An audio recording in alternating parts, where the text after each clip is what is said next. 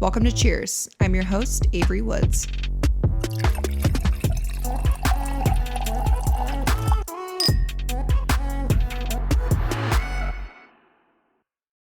Hi guys, welcome back to the Cheers podcast. I'm your host, Avery Woods. We are back in LA at Spotify Studios today. It's so beautiful here. Thank you, Spotify, for having us. I honestly am so nervous because my 15-year-old self's fucking quaking. Dude. No. I can't make eye contact with you right now. I have Manny MUA in Hi, you guys. the podcast share. That's fucking crazy. I live. No, you don't understand. So I have to tell you. Give it to me. I'm like, I don't know, 14, 15, and my dad's like, you need a laptop for school, right? And we didn't have a lot of money, so it was like a refurbished Dell. I think it was like $100 from like eBay or something. But that bitch on YouTube. Absolutely. And I'm trying to figure out how to do makeup, and I'm watching you and Jacqueline were like my, Laura too, love her. Oh, the best. But like, I would sit at my desk and I would buy, well, I guess I didn't really have money, but I'd beg my mom to like buy things. Any like drugstore dupe videos you did, oh my God, I was like making notes. Like you taught me how to beat the face. Stop. No, I'm serious. And look at you now. Stunning. Well, I mean, I'm not that good at makeup anymore, like, really, but I am just like, it's crazy that you're here with me right now. So thank you for so being much. here. Thank you for having me. I'm so excited. I feel like we've recently become like mutuals. So yes. It's like, it's nice to be able to like actually do this. No, yeah. When you followed me back, I screamed and threw my phone. I was like, oh my fucking God. I think I called you like immediately. No, do you know what it was? It was so Whitney Simmons. I'm a huge fan of Whitney. I'm obsessed with her. Yeah. I think you guys were on a Tarte trip. One of my closest friends. And I saw you in her video. I'm like, this girl looks cute. Follow. Had no idea that you were following me. I was like, oh shit, we're mutuals. Yeah. And then it became like, oh my God, hey girl. Yeah, Whitney's like one of my closest friends. We'll talk on the phone for like hours together. Oh my God, I'm obsessed with her. She's just like the person I will call if I need advice or like need to vent, and just down to earth, best human being. 100%. She has like this aura too, like this energy 100%. that is like undeniably amazing. Yes. I've worked with, like, I've like did a video with her on YouTube, and we did like a get ready together, and I could tell from then I was like, I fuck with you heavy. Yeah. Oh yeah. Like you just like get that vibe, or you don't. Like sometimes you just like people, or you just don't like them. Like true tea. I love her. Yeah, she's amazing. I'm obsessed with her. And she had great things to say about you too, by the way. She loves you. So, and anyone that Whitney approves of, I'm like, okay. Okay, you're like. Okay, so I want to know absolutely every single detail about your life from the time you were born until right now. Oh, love it. Absolutely. Okay, so I just told you this, but you and Scott have a lot in common, where you were raised LDS. Yes. So, which for people that don't know, that's Mormon. Mm-hmm. And obviously, compared to where you're at now, very different from values you were raised on, which is same as Scott. So, were you born in San Diego? I was born, in Chula Vista. So, born and raised. Born and raised, San Diego, born and raised, like, in church, grew up LDS, obviously. And it's funny because, like, people always, like, I talk about being LDS, like, all the time because people are always like, oh my God, like, do you hate the church now? And I'm like, no, like, I don't know. Like, I feel like weird. I feel like I'm, like, one of the outliers that I'm like, I don't, like, have, like, the worst experience ever. Like, I was not excommunicated. Like, I had an internal hard time with, like, myself, and it was always an inner battle that I was always having, whether it's, like, you know, just growing up in the church and, like, what, you know, being Christian means, essentially, and, like, who I really was. So I was very much, like, the pray the gay away kind of kid, like, trying so hard every day. That was I'm like, Scott. let me just, like, wake up and not, like, be gay, and, like, hoping I just wouldn't be, you know? Yeah. But that's just obviously not how it works. And at the end of the day, people are always like, you can choose being gay. And I'm like, bitch. What the fuck? You think I would have chose opposition my whole life? Totally. Deadass. You think I would have chosen to go against, like, my beliefs and morals at the time with my family's beliefs and morals, growing up Latino as well, like, the machismo vibes. Like, I would have never chose the harder path. I would never wanted to swim upstream. Totally. In comparison. So it's like, no, that's not a thing. Like, I promise you, not a thing. But yeah, you know, my parents or my whole family is still LDS. Wow. My mom's side of my family is still LDS. Everyone is so accepting of me. Obviously, it's amazing and incredible. Yeah. In the beginning, it wasn't as easy. It was actually really, really hard. I was the firstborn, so like I was very much that like people pleaser kind of kid. Where I was like, I just want to make my parents proud. Like I obviously have little brothers, so I need to be an example. So it's like all that like basically you put on that stuff yourself, right? Like you put all this pressure on yourself that's like it's there by your parents and family and whatever, but you add more to it. Yeah. You know? And so like it was was just a lot of pressure growing up, and it was very confusing, and I didn't know what was really going on. But finally, now I've got to a space where I'm like, praise be. And I also think that people assume if you leave a religion, you have to be one extreme or the other. You're either like so invested, you absolutely hate the church, 100%. And it doesn't have to be that way. It's not. It's really. It doesn't. Like, I feel like, and it's so funny because I still believe in God and I'm still Christian. I would say I just like, I might not be going to church and like doing that whole thing, and I'm living my own life, but it doesn't mean I can't like want to believe things that I want to believe in. Totally. You know, at the end of the day, I was like, I can do that, but I don't need to go like full gung ho on every aspect of any religion, to be honest. How old were you when you knew you were gay? I honestly didn't know. Like, that's the thing, is I just didn't know what was going on. I just knew that I also liked boys, kind of. Yeah. Or I was very interested or intrigued by boys. Sure. You know, I didn't really know why, because I still had liked girls. Like, I was still, like, I had a girlfriend in high school. Okay. Like, I had, like, crushes on girls. I really liked girls still. So I thought I was really bi when I was coming out. I was like, oh, I'm bi. I came out as bi. Okay. And I feel like it's so funny, as like a lot of gays are like, oh my God, coming out as bi is like our gateway. And I'm like, bitch, true. Yeah. That was my gateway. I was bi. I was like, I'm bi. There's still a chance, I swear. But there wasn't. Maybe I was a goner. So the second, like, I was like, oh, I'm bi, like, you know, it was really confusing. So I think that it wasn't until I was in my like late teens. Okay. When I was like, oh, I think that like there's something more to it, especially when the first time I kissed a boy. Oh yeah, that compared to like, a girl, you're like, bro. Yeah, nothing happened down there when I kissed a girl. No. But down there when the boy, it was like fireworks. You're like, ooh. I was like, what's going on? Like, I was so gagged. What's going on? What's happening? I literally, it was in the backseat of like my best friend's car. She was putting gas, and I was in the backseat of this boy who was like I did have a crush on him, but I didn't like really realize I had a crush on him. And he had put his hand like on my leg, and I was like, ooh. Bro, my dick was like, yeah. Had no idea. I was like, oh. And so then he's like, can I kiss you? And I was like, okay. So we kissed. We kind of like made out for like 10 seconds. And I literally was like, it like opened a whole new world to me in those 10 seconds. Because I had kissed girls. I had made out with girls, like whatever. Like that was fine. And I was like, that was fun. It's just a different feeling. It's like more of a soft, like sweetness. Yeah. Whereas like when I was kissing the boy, it was like, you know, it was more carnal. Wait, how old were you when that happened? I was like 17. Okay. 18. I was 18. Whoa. Yeah, I was 18. So that was like my first like, holy shit, like in action gay situation. Okay. And it was all downhill from there. Whoa. Okay, so at 18, you went to college, right? Yeah, so this is literally the summer of when I was going into college. Okay. That summer was like Did you hoard an awakening. Oh, it's like I hadn't hoarded up yet. I was getting there. Yeah.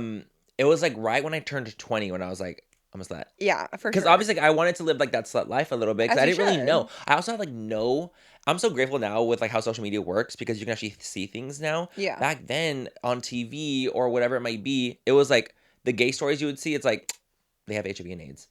Good luck. Yeah. And I'm like, oh, well, being gay sucks. We're like, cutting life short. No, literally. And that's all it really was. And like, there wasn't social media back then. So it literally was like TV. There would be like some stories and it would be like sad stories or it would be like gay hate crimes. And it's like, dude, being gay sucks. Like the idea of it was really hard. So when I was coming out, I was like, I don't know what to do. So I thought that being gay meant like just sleeping with guys. And I was like, oh, well, like I'm just like winning affection over. Like I'm getting these guys' attentions that I want by sleeping with them. Yeah. And it wasn't until later in life that I was like, girl, I didn't even have to do all that. But I did in the beginning because I was like, oh, this is like validating my gay experience. Because I'm sleeping with people. Wow.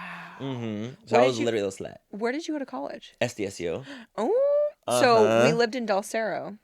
Oh, shit. So we literally lived right across the freeway from your college. No way. Yeah. Wait, so how long did you live there for? From 2016 until my son was 1, so 2019.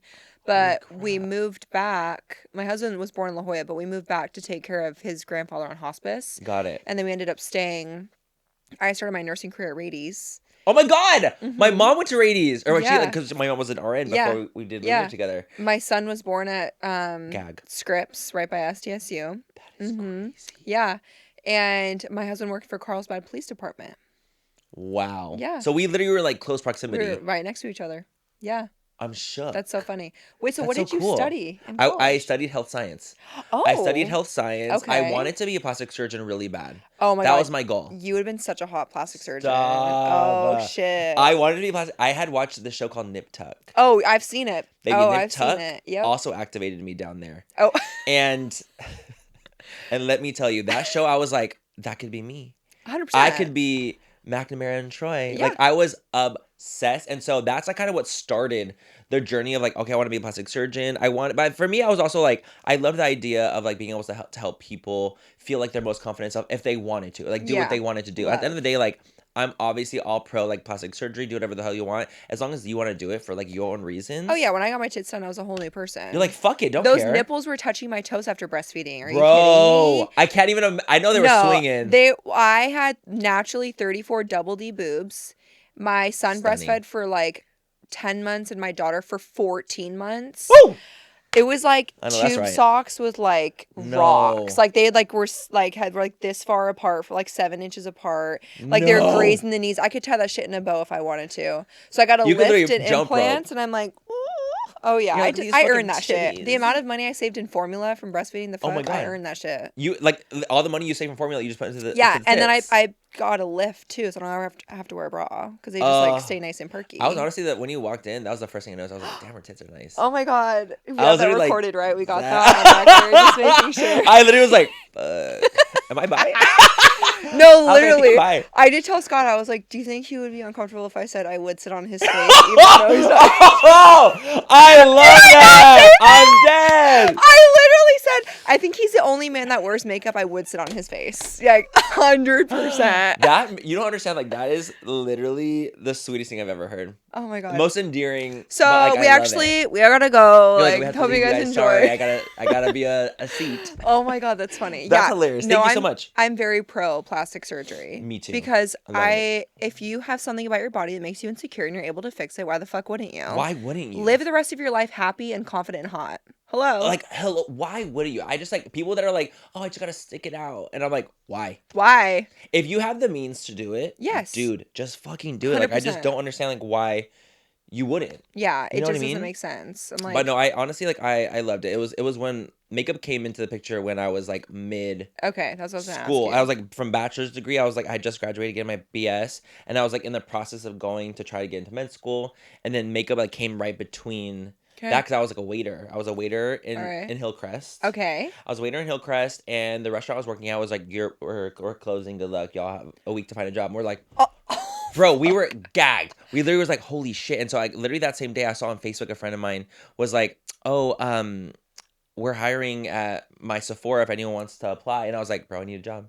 Like I was getting myself through like with FAFSA and all. I was getting myself through college, and I was like, I need a job. I need to afford this. So I applied at a Sephora inside JCPenney. Okay. I had done drag like 2 times. Okay. Right? And it wasn't even drag. It was like cross-dressing. Like me swearing. I was like, I'm so passable. I'm so fishy. And it literally was like me as a 6'5" drag queen. Like just wearing a wig and a dress. And I was literally like, hey, baby. Oh my God. Do you have photos of that? I have them somewhere. I'll find them. I will find them. I'll definitely show you. Yeah. But I literally like really swore. I was like, I'm literally a woman. Amazing. So then I was like, that was my experience with makeup, was like doing drag twice. So then I went in, I actually got hired, and I was like, well, that was a gag to me. And I like, for me, I'm the type that was like, once I like something, I'm like all in. Like I am such a go-getter driven kind of person that like once I like really want it, I was like, I'm gonna have it. I don't know how I'm gonna have it, but I'm gonna have it eventually. So I was just really, makeup was like my thing. I loved doing it. I wanted to practice it, and I just enjoyed it so much because it was like a creative thing for me. Yeah. It was. I never had a creative outlet growing up. I was always like the sporty kid. So and like the sporty and nerdy one. So I was like, this was something that I was able to like, express in a way I never could before. Wow. So I just loved it. And then so I worked at Sephora for a year. Then I worked at MAC for a year. Okay. And back then being MAC, you're like, damn. Oh, dude, that was like bougie shit. Bro, if you worked at MAC. Oh, it was a big fucking deal. It was the tea. Oh yeah. Oh yeah. Like you were literally like. You're so educated. Yeah. You're like, oh, you work at Sephora, you fucking peasant. I'm like, aw. You're like. You're like, aw. As if I literally didn't work at Sephora before. I'm like. Yeah.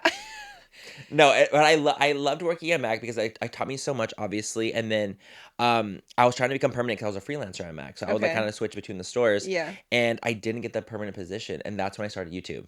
Okay. And so YouTube was kind of something that I was like, oh, like on a whim. I had my Instagram at the time. I was just posting Instagram pics. Like the makeup I did at work, I would just post it on photos. And at the time, people were literally like, this is so weird. Like they and loved in that it day or they hated too, it. a man wearing makeup then? Oh, I can't even imagine the hate that you got Imagine then. this. A man with a beard.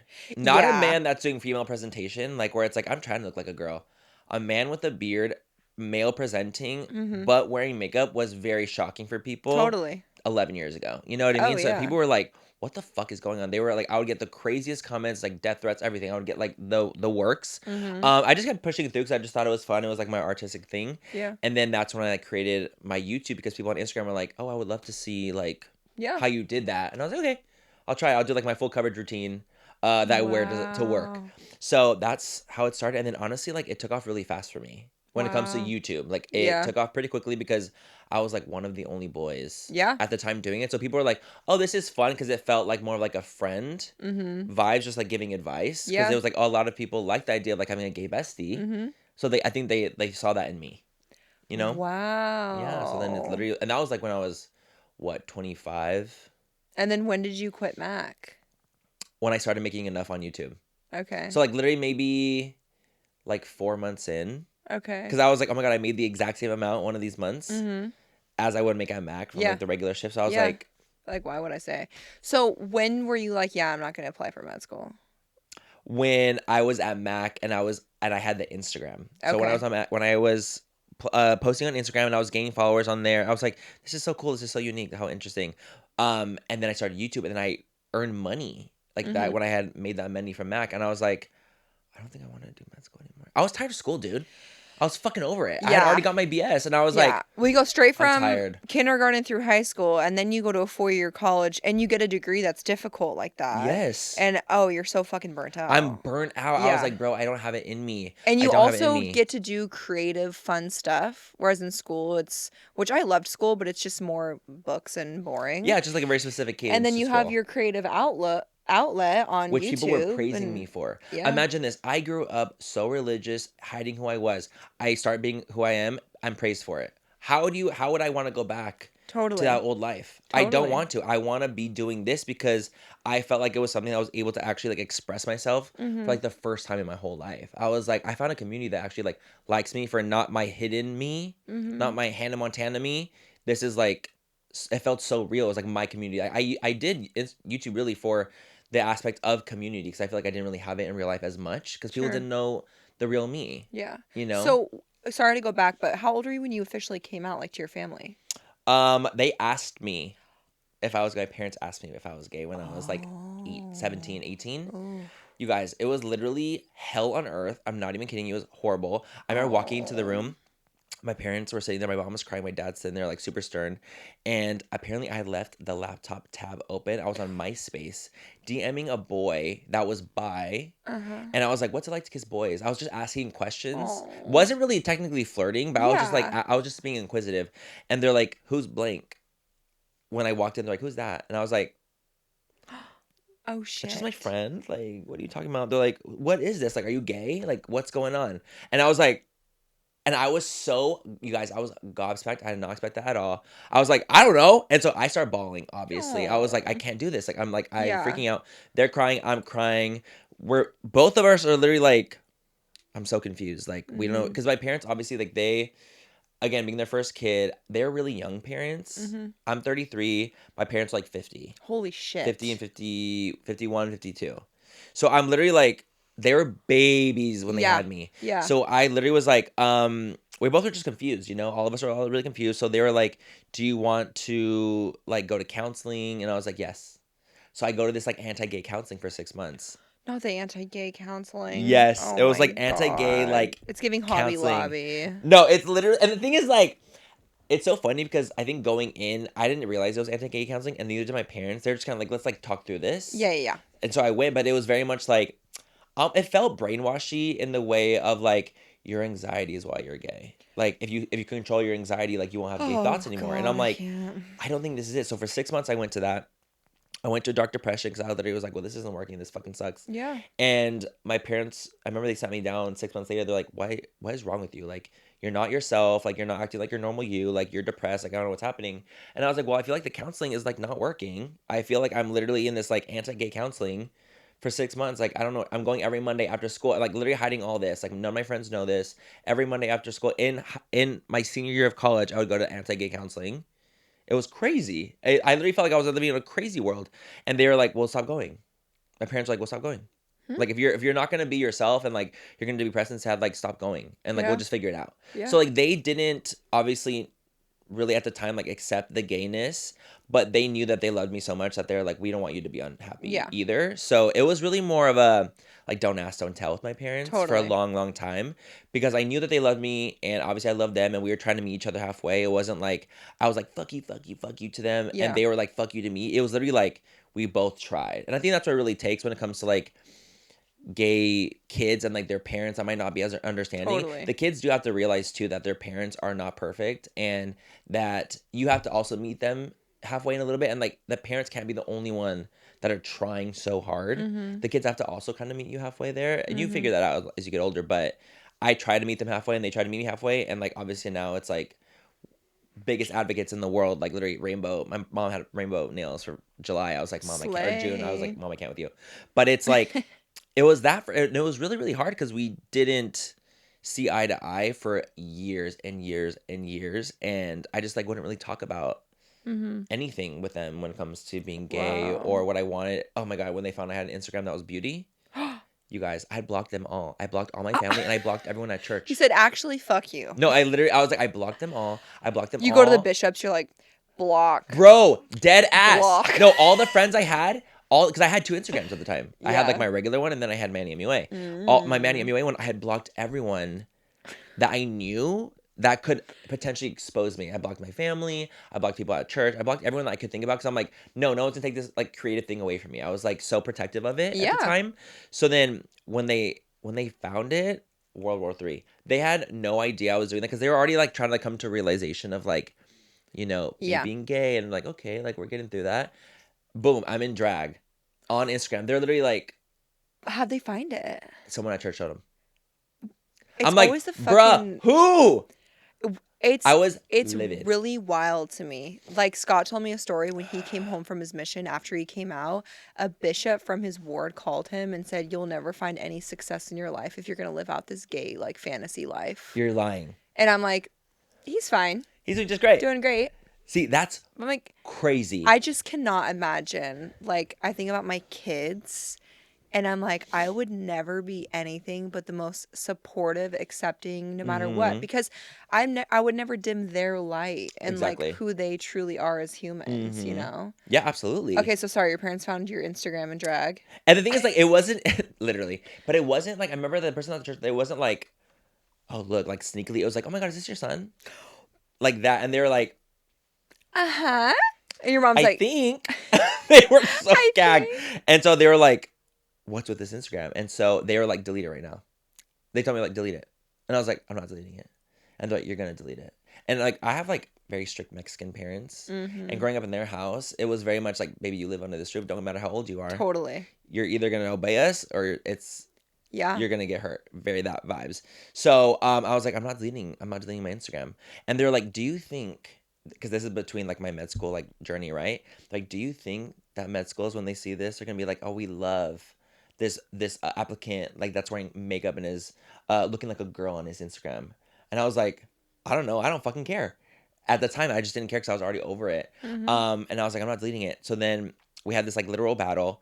I go into a full panic attack. I ended up like having to breathe into a bag. Like I was like freaking out. I was like, I'm gonna go to the hospital. I was going crazy, right? And then they just kind of let up from there because they saw that my visceral reaction. And I'm so glad I didn't delete it because like look what it's turned into, you know. But at the time they were very protective of me too because again 10 years ago gay hate crimes were so rampant. Oh yeah. It's not that they aren't still, of course they are, but like at least you see things now, right? Yes. You're actually able to see things going on. Back then, it was like, you can be walking and you're just like, boom. And it's the same thing now, but like, you just didn't see as much. So it's like more word of mouth and it's about like a lot of fear. Yeah. A lot of fear around it. So they're just like, we don't want people to know you're gay because we don't want you to get hurt. Very much vibes. So they're like, what if they see your Instagram, they see you out in public, and they like want to hurt you because of it? And I was like, well, that's just the life I'm gonna live. Like, I don't know what to do. Like, I don't know what else to say. Like, I can't live my life in fear of potential other people hurting me because they know I'm gay. Yeah. You know, especially because like I grew up in Chula Vista, which is you know, not as it's not La Jolla. Yeah. You know what I'm saying? So they were just like more nervous for me, constantly really, really scared for me. But I think once, you know, I started getting these messages from people, like just followers of mine, and they'd be like, oh my God, like basically just stories of like how I inspired them in some way. And slowly but surely, I kept like showing, I was like, oh my God, look at this sweet email I just got. And it'd be like this little kid who's like 12 years old, and they're like, oh my God, like seeing you do that made me want to be myself. Or seeing someone was like, oh my God, I'm going through chemo right now, watching your Instagram and YouTube videos getting me through chemo. And I would show them these messages, and it would soften them up. I could see it like right then and there. It would soften their hearts. They'd be like, oh wow, like that's so crazy, like how cool. And then so it would kind of like leave it at that. And once I started to really build up what I had, they knew that I was like gonna make it happen, because they just obviously want me to be successful. They just want me to be happy. Like, you know, firstborn, first one to graduate college. They're like, we just want like the best for you because we want a better life for you, kind of vibes. And once they saw that I was doing it, they were like, wow. They were shook. They were shook by me and like by my will to make things happen. Because again, also growing up gay, growing up in that world, like you just have to make things happen for yourself. Yeah. Because you're hiding so much. Totally. That you're like, baby, either I make it happen for myself or it's never gonna happen. Yeah. You know, and you just have to like get to that point where you're so self-sufficient and so self-soothing that it's like, well, if I'm not gonna get love from everywhere else, I have to give it to myself. Yeah. You know, so I was always that type. I was like, and I still am the go-getter kind of person, because I'm like, well, if I'm not gonna do it, who the fuck's gonna do it for me? Wow. So then, a couple years into YouTube, you left San Diego and you came to LA. And I came to LA. Yep. Because obviously in this industry, it's either like LA or New York, right? Literally. There's so many the two events hubs. and stuff. So is that why you came over here? Because you were probably traveling a bunch, huh? Dude, I was traveling so much from San Diego to LA just to try to go to the events, because at the time when I was growing, I was like, I need to be out there, I need to be seen, I need to be networking, I need to do everything. So I was driving up like at least once or twice a week from San Diego to LA for events. Which the traffic is a fucking bitch. Bro, and like literally I would drive back same night. Oh, because I was still like I was still getting shit done, you know what I mean? I started to get stuff done from home, and I was like, this is great. Like, this is not sustainable. I cannot keep driving up and back from Los Angeles to San Diego. So I finally was like, I'm gonna take the plunge, and I'm gonna move. I had done several collabs, like makeup collabs in my day, and I saved up a lot of that money from the collabs, and I saved up enough to get a house in my first place. You bought a house here? Mm-hmm. Why does that it's like so cute? Like, thank you. Yeah, I bought my place. It was in Hollywood. I don't know anything. Like, I just bought a house in Hollywood, thinking I'm like, oh, it's gonna be like just fine and dandy. Everyone's like obsessed with Hollywood, and I'm like, have you like walked around the streets of Hollywood? Like, have you been? Because it's like last time I was there, this lady was high on meth, and her pants were like at her knees, like her the whole cooch out. Pussy was hanging out. And I said, that's Hollywood. That's like, I've seen people shit in the street. Oh, I'm sure. I've seen pissing in the street, shitting in the street. I've seen so many heinous things that should be jailed. Oh my God. And that's Hollywood. So you don't live in Hollywood anymore? No. Okay, no. good. I don't live in the Hollywood anymore. Yeah, we upgraded. Luckily, that. Since I had bought it so many years ago, I'm sure you gained I had so it much and I value. gained from it, and I sold that place. I bought a new place. I just kept like using that same money to just get my next place. Okay. So now I'm on like third place now, like that I've lived in. This is the happiest I've been, like area wise. Yeah. Because I was like Hollywood. Then I was like, I hate Hollywood. This is the worst. I moved to Santa Clarita, which is like quite far. Yeah. In comparison, and now I'm like, Diva, I can't live over there. So then after that, I did all the pandemic in Santa Clarita. Yeah. So that was it's also just in this area, just even going 5 miles down the road is going to double your cost. That's the other thing too people don't understand. Yes. Like it's insane. And my house in Santa Clarita was so sickening that I literally was like, I felt like I couldn't pass it up at the time because it was so beautiful. And which is crazy because I only had lived with my brother at the time. It was like me and him, and then I had this like 5-bedroom house, and I was like, why the fuck do I have a 5-bedroom house? Dude, and just the keep up. For for what? I know. The keep up? Because I feel like at the time I remember thinking, I was like, I just feel like I have to keep up with like the LA vibes. Oh, like no. I need to be so LA, and like I need to have a nice house because I'm an influencer. Now I literally don't give a flying fuck, and I just do things because I want to do them. So but at the time I was like, I need to live in this fucking and you're like 5-bedroom sickening house. And I was like, No, I don't. That's how I'm right now. No, We're literally looking at a house that's like, I think, close to half the size of my current house. Because I'm like, I don't fucking need the space. It's more of a nuisance. More of a hassle. To try. I'm like, I can't. No, I'm cleaning up after. True. It's just too much. It's so true. I literally when I left that house, I downsized this house, like almost half the size. Yeah. And I was like, this is great. I live alone. Yeah, it's perfect. It's just me and Zaya. Why the freak would I need a bedroom with five houses? A house with 5 bedrooms. Why would I need that? I don't. It's all about like the perception though. I think that you have to just get out of that like influencery mindset and just like thinking that I need to have the most because I want to look cool. I'm like, girl, I don't care. And it's such a toxic industry in that sense. Seriously, of like you have to be this skinny and have this type of nose, and like I never like hyper analyzed the way I looked until this industry, and it was like, oh my 100%. God, I love your Italian nose with your bump, and I'm like, or when people comment like, would you ever consider a nose job? You're like, I didn't know I had a bump. No, I wouldn't consider a nose job 5 seconds ago. Maybe now I'll fucking. Now I'm considering. Yeah, like thanks for pointing it out. No, it's dude, wild. There's nothing like the comments that will absolutely shred you to filth, and not think like you don't know that there's an insecurity there, and then they activate it, and you're like, oh yeah, or like like before I got my boobs, and it was like. No. Thanks for making us breastfeeding moms feel seen with like not fixing your saggy boobs. I said making an appointment. Immediately. Babe, I'm literally in the appointment right now. I said, yeah, those little tube sockies has got to go. Thanks for making us feel so seen. Yeah, I'm like, bro, I don't want to be seen. Yeah, no. When I was sitting down like driving and I could feel like tits like right here. That's when you knew. That's when I knew. I said, or like it's like this. Yeah. Oh yeah. The amount of skin they cut off, just wild. Wow. I'll show you before and after. It'll fucking blow your mind. I'm also I love, obviously I want to be a surgeon. I love it so much. Like I love when people like share their stories and stuff like that. I think it's so cool. Oh, it's yeah, like, you're gonna be gagged. I love like people being like really honest about that kind of stuff. Because to me, I think it's corny when people are like all this hard work I did to like get this. Also, I'm like, I'm not gonna come on one day and just like have perfect tits. And the best part though is that people hate on me for talking about it. Like, oh my god, you're so fake. Plastic surgery, fame's gotten to your head. And I'm like, did you want me to just come on like never speak about it? And never like, oh, where these come from? Yeah, I'm not gonna lie. No, like, what the fuck? I love it. I love the honesty. I always think it's really corny when people try to pass something off as like hard work when it wasn't hard work. Honey, I'm like, oh, but you're on Ozempic. Yeah, so I don't know what you're talking about. Like the whole idea of like I just like got into my this fitness journey and I'm a runner now, and I'm like, I've never seen you run. I ain't never seen you run a day in your life. Yeah, that's crazy. I'm pretty sure it's Ozempic, but work, diva. You know, like to me, I always think that's corny, but I like transparency because I don't like the idea of people looking at that and being like, oh, if I just do this, I'm gonna get there too. You give them an unrealistic expectation. It's so unrealistic. Totally. I just don't like that. Yeah.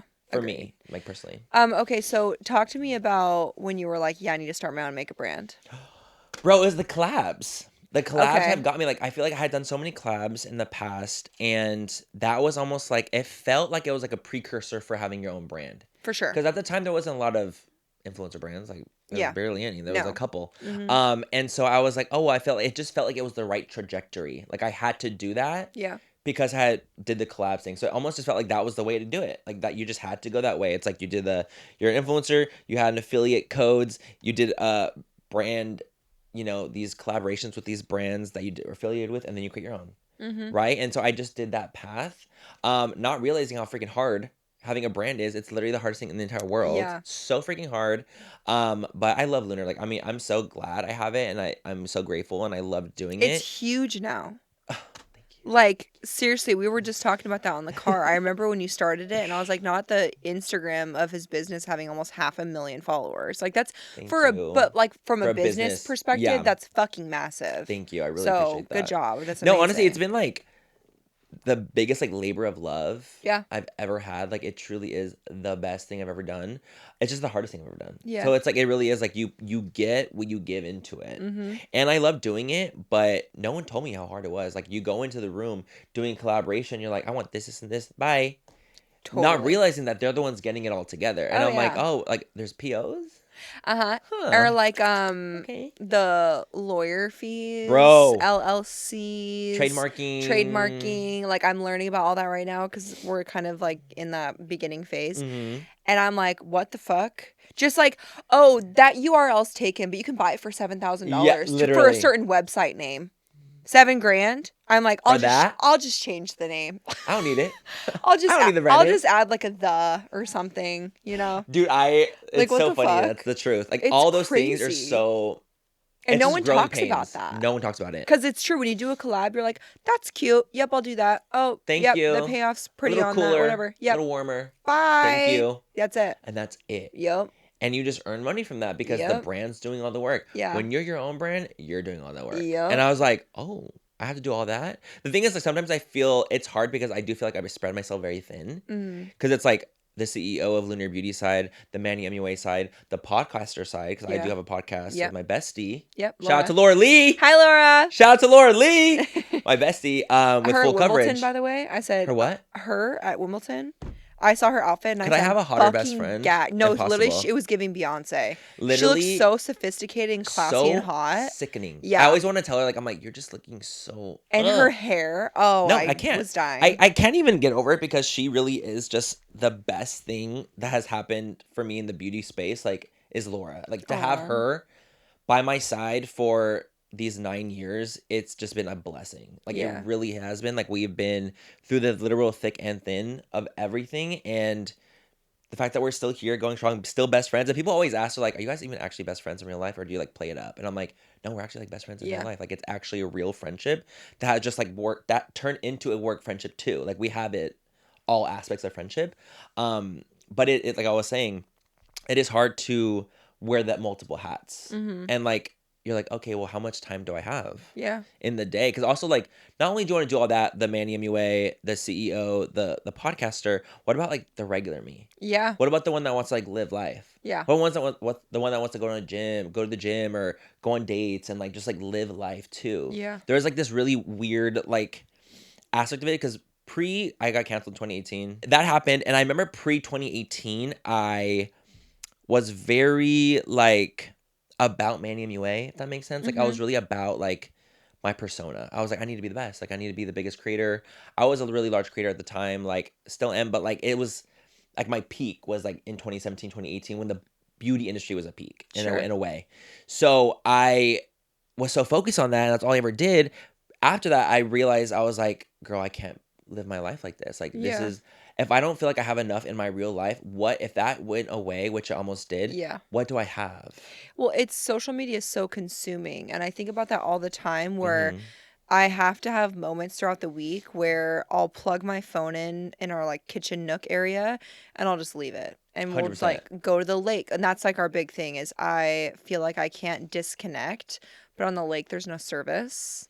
So I'll, like, get my work done, leave, focus on the kids, leave my phone at home when we, like, go on golf cart rides or whatever, like, to the park with the kids. Like, I have to be disconnected because I'm such a workaholic. I'll check emails or edit or post or do whatever. And I'm like, I just need to be a real human. 100%. You know? And social media consumes you. It's like your whole life. But it's because it's about consistency. Yes, that's the hardest part. It is. Is if you can't just, like, take these long breaks. Because that's what supports you and, like, my family. So it's just a weird thing. It is such an interesting job because it is technically, like, you know, obviously it is a job, but it's, like, a really blessed job. And it's, like, really, like, we're so lucky to be able to do it. But it doesn't mean it's really not hard. Totally. It's still a very hard job. And it's a 25/8 job. It's not like you go to 9 to 5. And it's different because people always want to compare, like, the 9 to 5 to influencing. But it's, like, it's just different because you are your own boss. Yeah. So at the end of the day, if you had a small company and you had your own small business, you are in that small business, like, 25/8. Yeah, like you're not taking weekends off. You're not taking weekends off because it's your small business and you need to make it work for yourself. Yep. Right? So it's similar in the influencing way 100%. where it's like, it might not be the same cadence of a 9 to 5, but it's like, if that's your sole thing, that's all you're going to do. And that's all you're going to focus on. And you're not going to just go to work.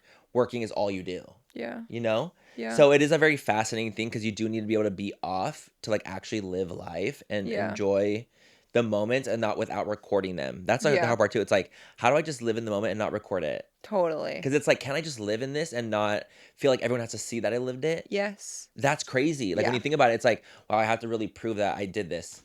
I know. When you think about it in a weird way, I know. like, if you really, like, break it down, it's like, why do I feel like I have to do this? Like, why can't I just live it and then maybe talk about it later? And it's funny though, because if you like people will say, we were just talking about this about like, giving back or whatever, and I feel like I do a lot of that, but I choose not to record that because it's then the comments are going to be not you just doing this to get attention or like Girl. praise, but then if I don't show that and it's like, what are you donating? Are you giving back? What do you like? It's just a lose-lose. It's up 100%. Because the thing is, I also like sometimes when I see people that are so like, look at all that I've done, I do get that same vibe. I'm like, totally. But why are you showing it? Why are you showing it? Is it authentic if you have to show it?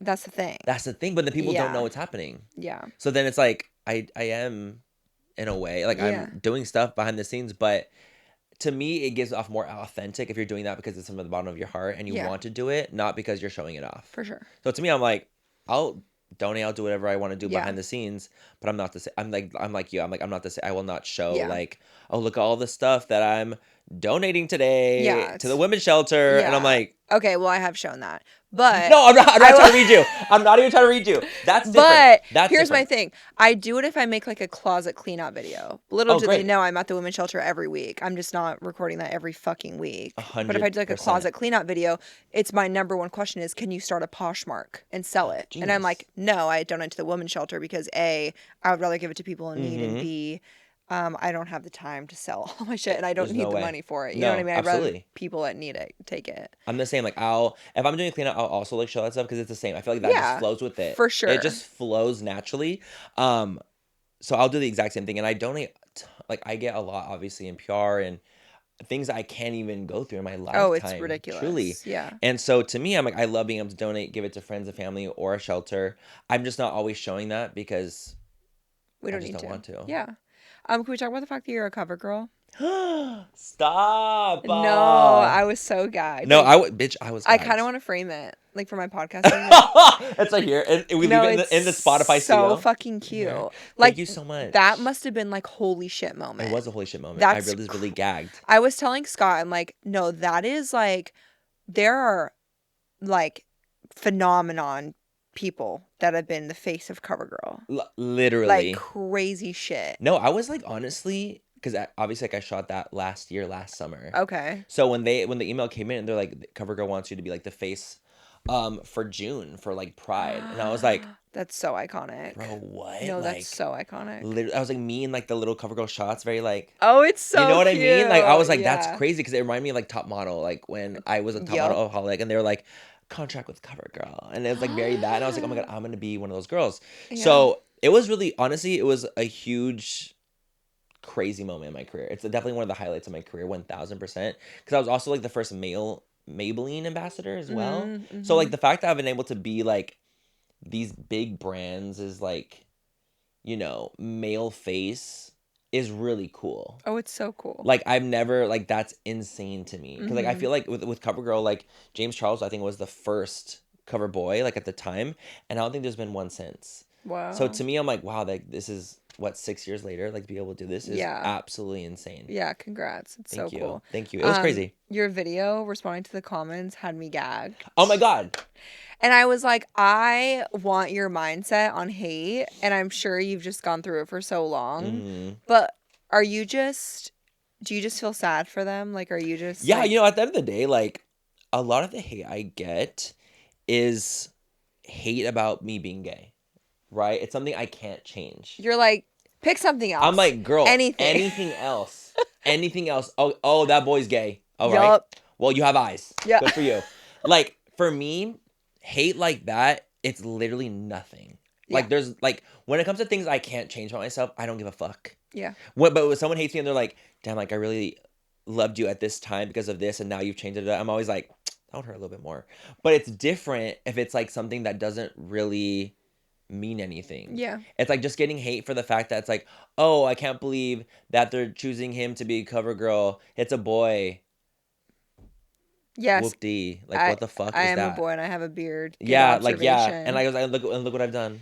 And what the fuck are you doing? 100%.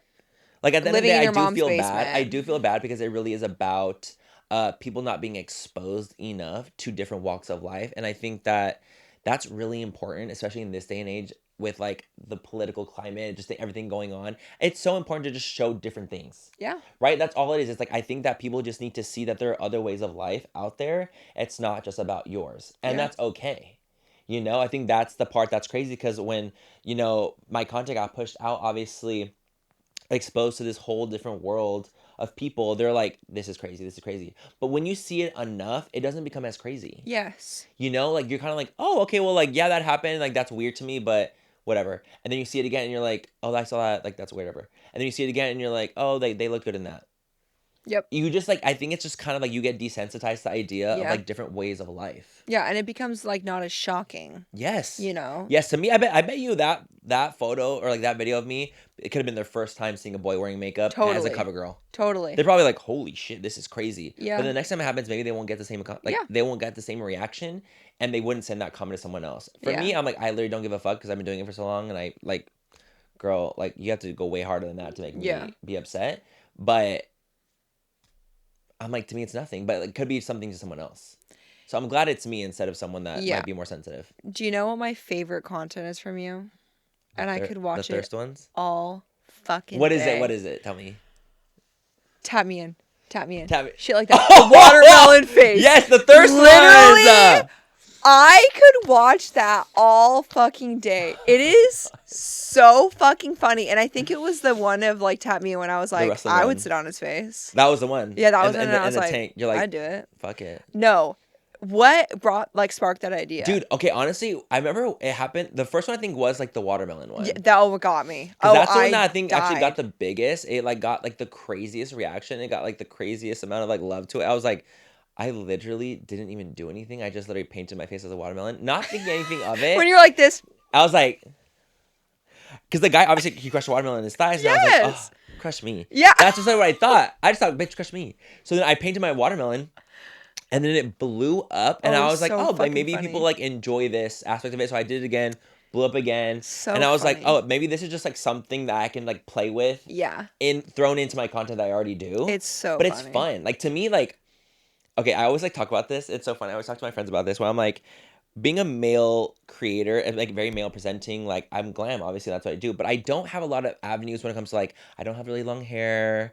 I don't like wear girls' clothes. Like I don't do a lot of the things that I could also lean into when it comes to like more like female creators, you know, female presenting creators that can be like, oh, like let's do a do my hair with me video. Like I just don't have that for me because it's just not my thing. So I'm like, this is a fun way to get out of doing just makeup stuff. Totally. For me. That's why I liked it, because I was like, sometimes it gets mundane and you just kind of like, oh my God, girl, I'm doing the same fucking shit over and over and over again. Especially I've been doing it for so long. So it's nice to throw in some comedy because I am not just about like a smoky eye. Like I like to just have fun and kiki and shoot the shit and like do that stuff. So it was just like a fun way of like expressing myself in ways I never have before. No, it's where I'm like, it's so funny. Like it's fun. Like it's my fun keep content. Them coming. Okay, good. I'm gonna do it. I just ordered this one costume for another one. Yeah. I literally was like, I'll just buy stuff from like Amazon. Oh my God, no, I'm so excited. And I love doing it. I'll show you the video after of like what I want to stitch. No, please. And the outfit that I ordered. Okay. Also, so can we talk about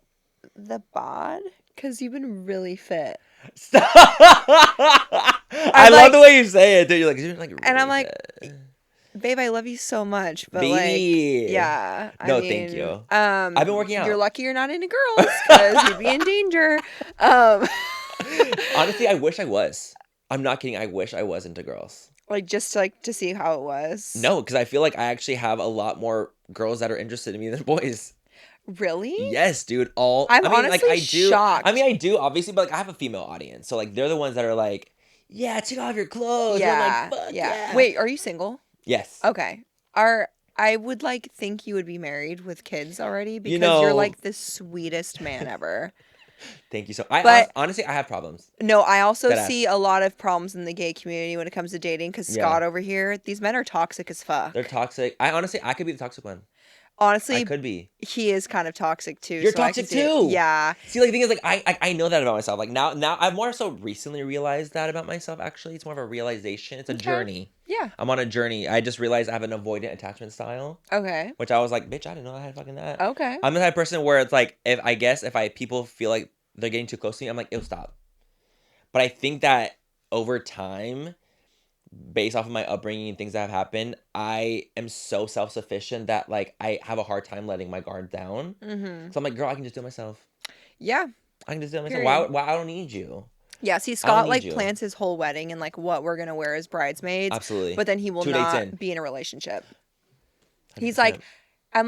He's like, we had the best date. He treated me amazing. He's so hot, massive penis. He's so sweet to me. Oh, when's your next date? I ghosted him. I don't know. What? Avoidant. This bitch is avoidant too. Fuck? Dude, I said, but you told me what I'm wearing at your wedding and you can't even give him a text back. Yeah. It's really toxic, you guys. It's sick. Come on. Honestly, we need fucking help. Yeah, I need to go to a hot gay wedding. So I'm gonna need one of you to like get locked down somehow. No, it's true. Honestly, I read this book called Attached, and that's like what started. Perfect. I'll buy it for Scott. This journey of like self-discovery of like why, because I was like wondering, I'm like, why is it that when a guy's like really interested in me, I get the ick? Like, it didn't make a lot of sense. I was like, that doesn't seem like normal, right? So then I looked into it, and it was like, oh, like you could be doing this and like an avoidant attachment or whatever. And I realized that is totally an attachment style that I do have. And now it's more so about like recognizing it and just like adjusting. And it's like not like, it's just like part of who you are, I guess. It's part of your style, but you don't have to be like that always. Yeah. You can be like, oh, well, yeah, I might be feeling anxious about this or avoidant about this, but this could be why. And then you just kind of work through that. So I'm in that working through it stage. Okay. Because dating is hard. Like dating in LA especially is fucking rough. Oh God, I can only imagine. Gay dating in LA is crazy. Yeah, it sounds like my worst nightmare. And I have like high standards. Would you date me? I would date you 100%. Thank you. I have very high standards, so it's like But you should though. Yeah, I feel like I should too. So I was like, I'm not gonna like lower them. No. You know, and like the last guy I liked, it was last year. Like I really liked him. Like I wanted to date him. I liked him so much that I was like, I don't care if you have no job. You guys, it was bad. Oh no. It was bad. He literally was like jobless, low key at the time. He was like in between, and I was like, Daddy will take care of you. I was like, I got you, baby.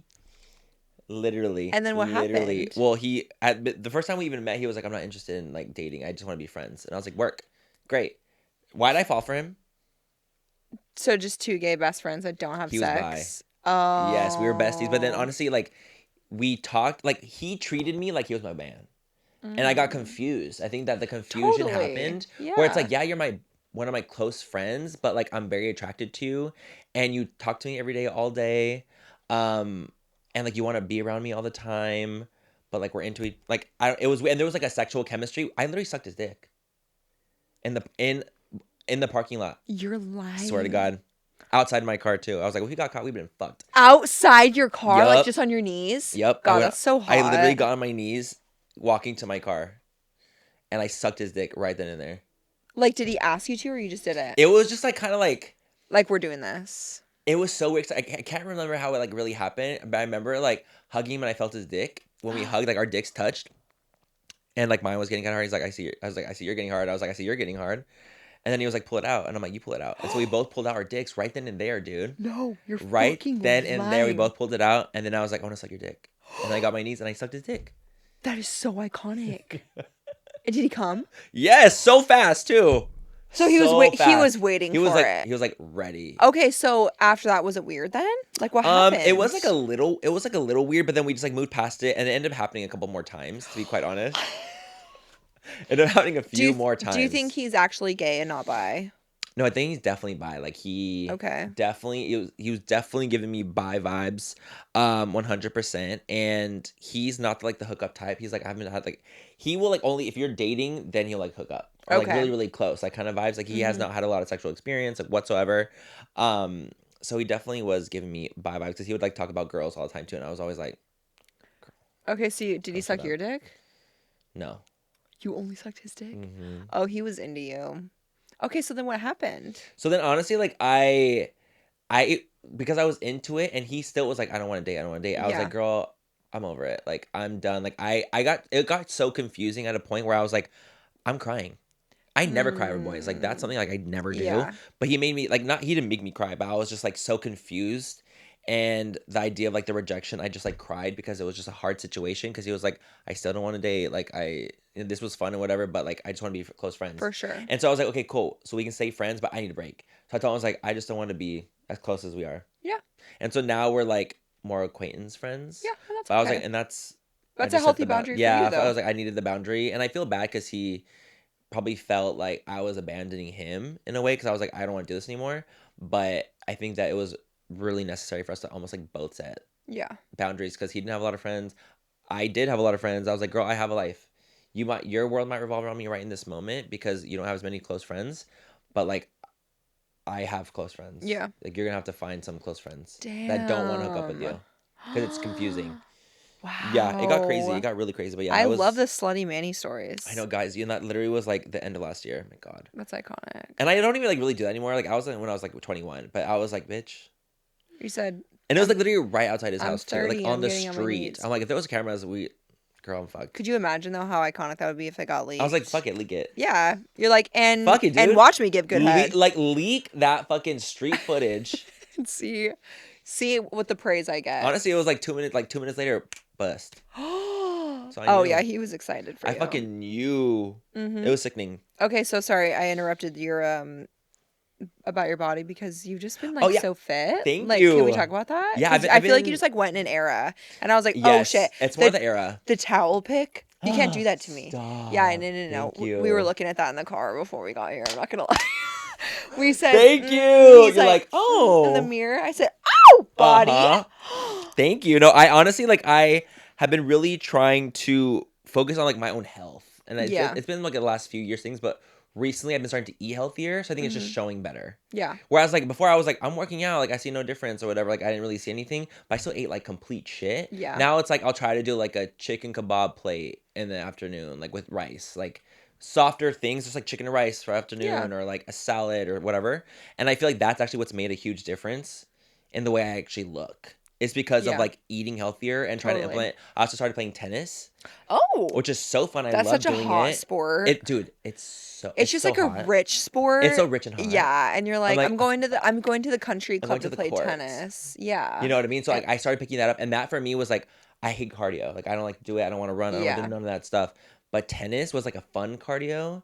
So I implemented that into my routine, and I think the cardio has helped a lot as well. Sure. So I think that's like kind of what it is. But honestly, it's been so fun. Like, it's quite crazy, like the attention I've gotten now that my body looks like this, whereas the attention I had before. It is quite like shocking. What do you mean? Like I get a lot more attention now from my body, like people, different looks, or like guys hitting on me that were not hitting on me before. Like it's just different. Yeah. And it's funny like that you see it when you've gone through like different like stages, because I was like very much a twink for sure, you know, and then not like, for sure about you being a twink. Sorry, I was agreeing with what you were saying. No, for sure you were. No, literally me active listening as fuck. I'm like me agreeing. I was like, you're a bitch. Yup.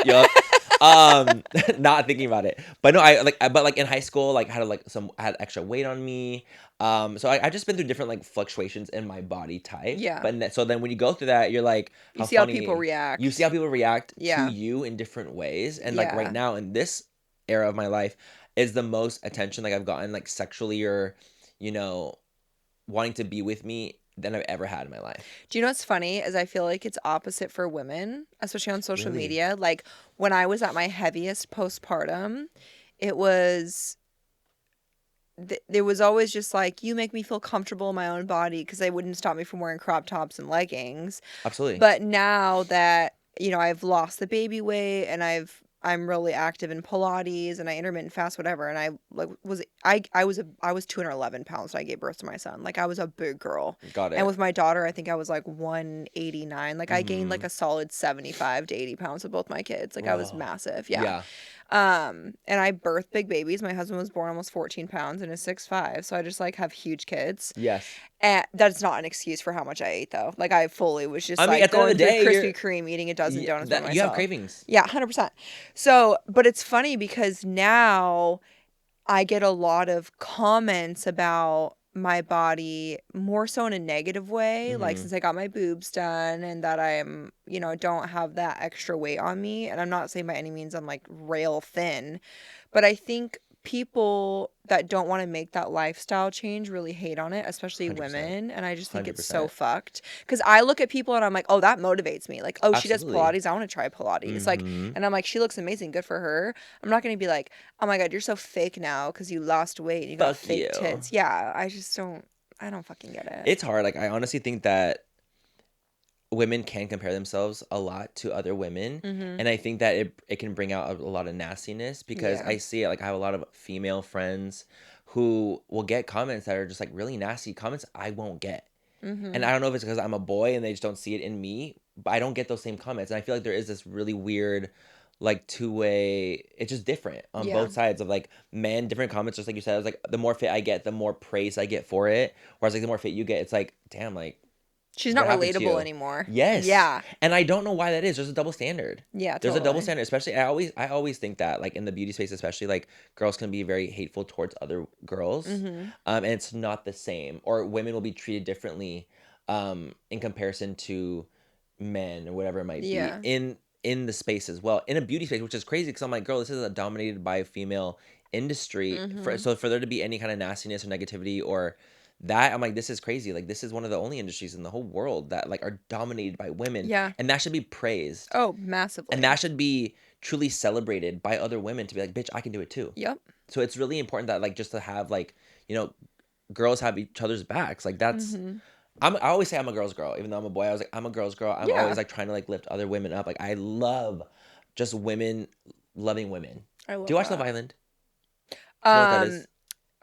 Is that the one I'm watching right now? USA? Yeah. Yes. Yeah, I'm on episode, like, 12. Okay, so do you see how, like, the girls are, like, about the girls? Yes. Like, how they ride for each other? Love it. Like, they will defend each other down? Yep. Like, I love that. Like, I love girls like that. Like, I love a girl's girl. Like, it's, like, one of my favorite things ever. Yep. So, I feel like we just need more girls. Yeah. On the internet. Oh, we do.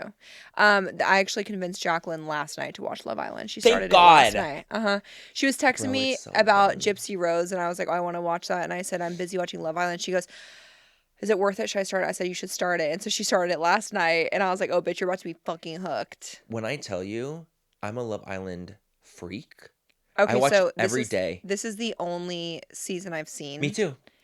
Okay. What the heck? Like, I'm a Love Island freak for this season of USA. I've never seen UK. Yeah, same. I've never seen any of it. Okay, so who do you like? I like Leah. I love and Leah. Janae. Leah and Janae are my favorites of the whole. Yes, like, same. Show. Same. Leah's body. Ugh. Sick. Like, just done. I live for her. That ass. Girl. And I live. We're staying with my family friends in Calabasas. That's where she's from. So I think one of them knows them. I don't know. But I was like, I live. That ass, her body. No, I genuinely, like, the boys disappoint me all the time. The boys are trash. Why can't they think with their brain and not their penis? It's the way that they're like, you've changed my life. I'm saying, oh, new pussy walked in. You're mine. Like, they're like, bye. I don't know you anymore. What the fuck Guys are is that? Fucking worst. No, literally the worst. Like, they piss me the fuck off. I cannot even. But the girls, I'm always just like, ugh, just show the girls. Like, I don't want to even see the boys. Like, they piss me off so much. I just love to see the girls. Yeah, same. Who's your favorites? I love Leah.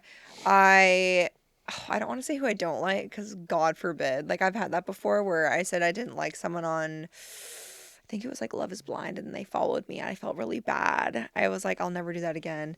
You're so sweet. Hold on. I mean, mind you, again, it's a show and they're being presented a certain way. Like, we might not have the whole story and we like what we like in that moment, but, like, things change. The show also itself does a really good job at making me like someone and then hating them and liking them again. Yeah, I do love Leah. I love Janae. Serena's been bothering me with her flip-flop back and forth with Cordell, and I feel bad for him. You will gag. I'm like, you need to make up your mind. You're going to gag with them. And I mean that from the bottom of my heart. Okay. Because you're just going to gag. Because I love Serena now. We just finished that episode where they had to vote one boy and one girl off. I just finished that. Yes. And I was... when Rob was like, bro. And then the next day he's like, actually, I'm going to stay and I'm going to have a conversation with every girl here and move on. I'm like, I thought you were so in love and you were going to go home. And you were going to go home. Yeah. And you were going to go home together, right? I was shocked by that. Also, the girls voting her out, I was literally like. Oh, she would. Yeah. I mean, I would have done the same though, to be honest. I was gagged. And I think it's not because of like her as a person. I just think I agreed with the mindset of the time on the show, Rob being so back and forth with everyone. And again, like, you just proved yourself. You were going to leave with her, right? And all of a sudden you didn't. So I don't think it was going to be like a longevity type of relationship. Right. But I'm glad they kept Janae, and people are like, well, she's been here longer. It's about love. I'm like, well, she deserves to find someone. I needed Janae to stay. Oh, she's so pretty. I needed it because I love her so much. Do you think her nose is real? No. She is gorgeous. I do not. She's gorgeous. I do not. As a I would love that plastic nose. surgery doll that I am. When I clock these divas down. Yeah. No. I think I need her surgeon because I'm loving that too. nose. You don't need a nose job, No, though. I don't even know. But just the idea of it is fun. Yeah, totally. I was like, I'll do it. Yeah, fuck it. No, but I'm so glad you're watching. It's such a fun show. No, it's so good. Okay, so to wrap it up, what do you have coming up? Anything with Lunar Beauty? Goodness. I'm just working on new launches, future stuff. I'm working on a fragrance. It's what I'm wearing right now. If you smell me when we hug, please let me know what you think. You better send that shit to me. Because I'm a perfume 100%. No, honestly, I need to send you this Lunar Beauty in general. Please. I would be honored. Please, I'm gonna need your Addy after so I can just send you a bunch of stuff. Okay. I'm also happy to place an order. Please don't feel pressure to do that. No. I think you really like a lot of this stuff. It's fucking sick. Well, you made it, so. Obviously. Trust and believe. It is sickening. But I'm just working on that, working a lot on full coverage. Okay. I would actually love to have you as a guest too. Me and Laura would love to have you on full coverage. Oh my God, please. Anytime. Next time I'm you're obsessed here with both of you. in LA, yeah, please let us know. We would love to have you as a guest. I'm here sometimes once a month, if not every other month. But I'll send you a text anytime. Just literally, we'll exchange numbers after this. Okay. I would love to have you. We would both love to have you. Me and Laura specifically would love to have you to be a guest on Full. But yeah, just focusing on that. We're actually reinventing the space. It's getting worked on right now. Actually, Laura's out of town. It's getting worked on. So is your perfume just you or a collab with something else? Me. With Lunar. Amazing. Yeah, I'm doing my own Lunar fragrance. Oh my God. Yeah. So exciting. I'm so stoked. It's been really hard. It's actually been one of the longest projects I've ever had. I've heard that perfumes so hard. are really difficult as well as scents in general. Dude, I'm so I'm at my wit's end with it. But we're finally making headway when it comes to it's more so packaging issues for me. Okay. Because the fragrance, I'm babe, I'm ready. The fragrance is approved. I love the fragrance for what it is. I'm good. I'm done. It's more so about the packaging. Yeah. Because I'm very much a packaging snob in a way. For sure, yeah. Especially with my brand, I want it to look aesthetically pleasing, or at least the way I want things to look, and it all kind of flow in a very specific vibe. So I'm okay, this is my vision. Because you also don't want it to be so basic that you're looks like the same old shit that's on the fucking shelf. Yeah. You want it to be slightly unique, in your own way. So I'm we're struggling with the packaging, but hopefully that'll be solved soon. I think you'll be just fine. Yeah, I think we got it. I think when we get so many products too, you just realize what works and what doesn't. As well 100%. As because it's not just about it may look cute, but if I'm fucking packing it and it's exploding everywhere, dude, it's what are you gonna do? Yeah, it's just or You're it feels screwed. cheap. And I also think when you are the face of a brand, you don't want people to buy it and then they hate it or think it's cheap. It's so embarrassing. No, and the thing is I'm very much as a brand owner, I'm all about reviews. I love watching reviews. I love seeing what people have to say. I take a lot of what people say about things and I implement them into the products that I do.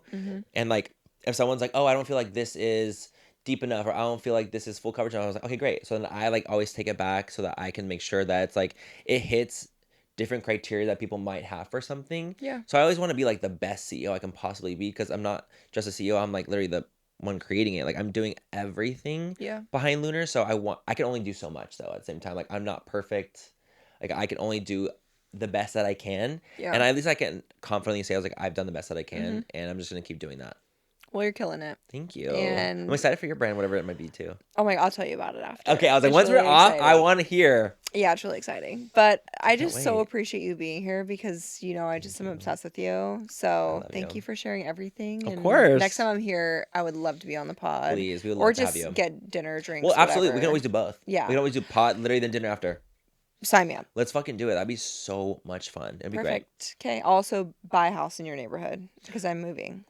You're moving here? No, well, no, I was bro, what? I literally was oh, sick. I was literally Scott's trying to convince me to move back because I have to come here so much. But honestly, why wouldn't you? I know. Maybe in the next I'm future, why not? So you should fucking do it. Yeah, I would probably do Malibu or something because I have to be by the beach. Yeah, there you go. I can't do the city of LA.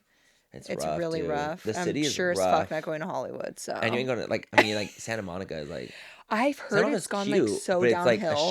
It's a shithole. That's what our friends said. They were it's gone so downhill. Like, it's just not the same as what it once was. Yeah, is what it is, you know? So, like, Malibu obviously always will stay, like, stunning. Yeah. Or, like, what's the other one? Monterey? Or Mana something? Mm-hmm. I forgot what it's called. Monterey. But something, yeah, Monterey is, like, a really cute area as well. Not so far out as Malibu. Now we're starting rumors of moving. She's moving, you guys. Ellie's influencing's changed her. Yeah, it's oh my god. Could you fucking imagine? It went to her head. It went to her head. The fame got to her. Oh my god, don't worry though. I'm donating clothes to women's shelter, guys. Please. I am donating. I am donating. Fuck. I swear. Okay, well, thank you for being here. I adore you. I love you. Cheers, guys. Thanks for watching. Bye, you guys.